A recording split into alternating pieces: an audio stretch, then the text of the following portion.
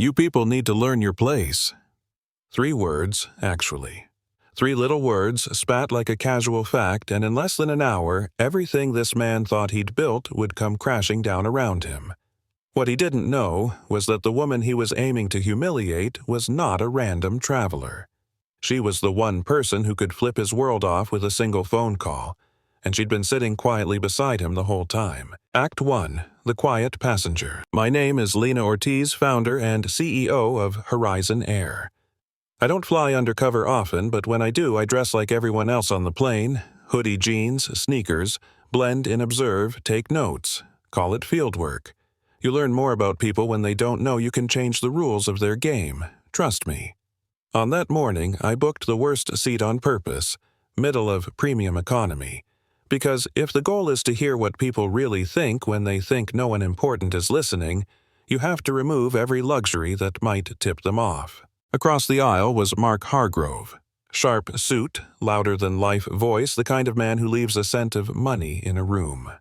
He worked for Vertex Dynamics, a company that, as it turns out, put a $12 million corporate travel account through Horizon Air every year. He paced the gate on his phone, barking orders, dismissing complaints like currency, telling his people to make the problem disappear, and laughing about it.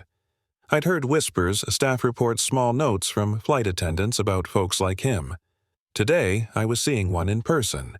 Boarding felt like stepping into a stage play. Mark sat in the aisle, laptop, open phone glued to his ear.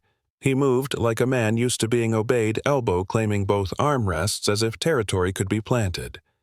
I sat in the middle, pulled my hoodie tighter, opened a book to look like nothing was happening.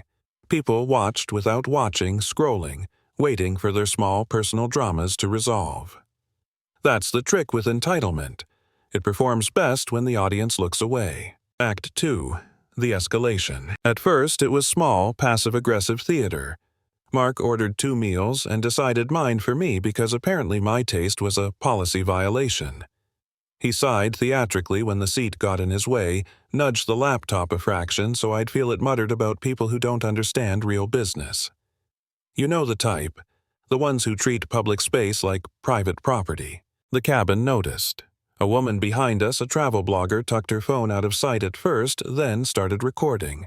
A contractor by the window rolled his shoulders like an animal preparing to defend a space. Flight attendants moved with practiced calm. You could feel the little energy shifts. Someone's face tightening at an insult, someone else fidgeting with the camera app. Social media is a loud witness these days, and Mark had no idea his performance was already live. Then he crossed the line. He used language that wasn't just rude, it was exclusionary loaded. The kind of phrasing that reduces people to categories and excuses cruelty as preference. He said loud enough for the cabin. Some people just don't belong here. That's when the hum in the plane changed. People looked up from their screens and remembered that they were in a room full of strangers, and strangers could be cruel. I stayed calm.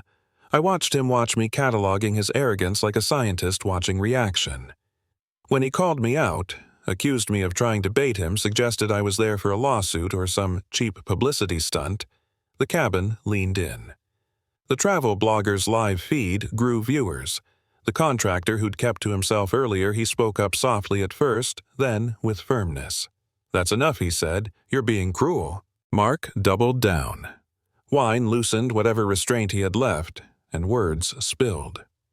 Racial code words, thinly veiled slurs, the kind of casual venom that's been practiced for generations.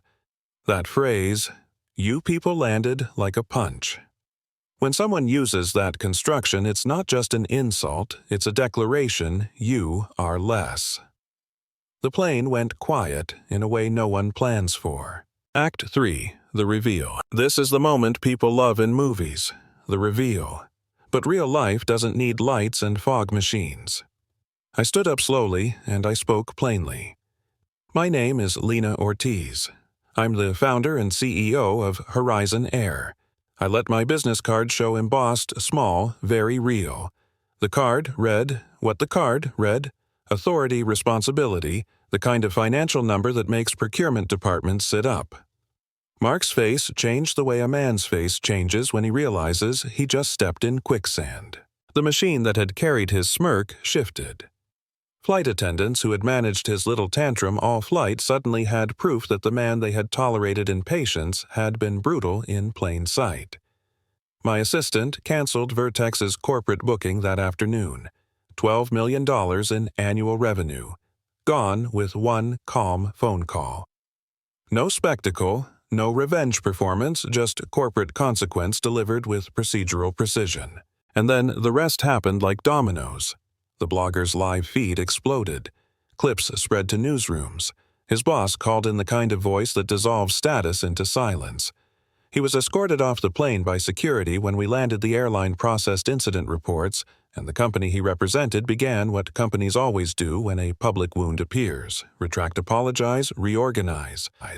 But the real victory wasn't in the headlines or the contract cancellation. It was watching crew members gain the respect they deserved, seeing passengers who had been on the fence decide to step in, and knowing that a $12 million contract was not an insurance policy for cruelty. This was accountability served quickly. Not because we wanted spectacle, but because the facts were there, recorded, witnessed, unassailable. Epilogue. The echo. The aftermath was messy, public, and necessary.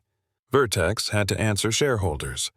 Lawyers combed through internal memos. The executive in question found himself professionally exiled. Horizon Air used the moment to push policies. Mandatory bias training, better incident reporting, legal protections for employees who complained. The flight attendant who'd kept her cool got promoted into training, and the contractor who stood up became a quiet example in corporate safety briefings. The blogger built a platform that turned into advocacy. 2 years later, I received a letter I almost didn't open, from Mark. He wrote about losing everything, about being forced to look at himself when his world fell away, about teaching business ethics at a community college to people who'd lived hard lives he'd once dismissed. He didn't ask for forgiveness. He didn't expect it. But he wrote that losing everything forced him to reckon with what he had been, that the collapse of reputation can sometimes be the beginning of unlearning. I won't pretend every story ends that way.